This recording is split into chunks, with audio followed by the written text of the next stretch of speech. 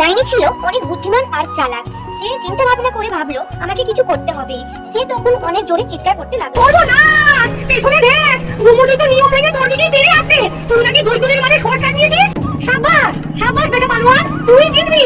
আরে তোর মাথাটা খুশিতে কেমন চকচক করছে, একবার দেখ। জয়ের আলোয় তোর চোখ দুটো যেন হীরের মতো জ্বলজ্বল করছে রে। কই কই দেখি দেখি, সত্যি বলছিস? ডাইনি সবাইকে বোকা বানানোর চেষ্টা করে। গলাকাটা ভূত তখন তার মাথা নিয়ে দেখতে শুরু করে। তখন বাইক চালাতে আর পারে না, তখন বাইক থেকে পড়ে যায়। ডাইনি অনেক খুশি হয়ে যায়।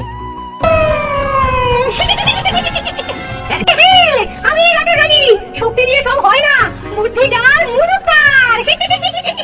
নিজের বোকামির জন্যই আজ আমি হেরে গেলাম। বেইমানি বেইমানি সব সব চালাকি। ওই ডাইনি একটা ধরিবাজ। দাঁড়া, পরে এসে তোকে আমি দেখে নেবো। ঠিক আছে, তোরা এখানে রেস শেষ নাকি? কে জিতলো রে? যাকে কে জিতলো তাতে কি তোরা খাবি নাকি দুটো ফুটি মাছ ভাজা? দারুণ স্বাদ। এদিকে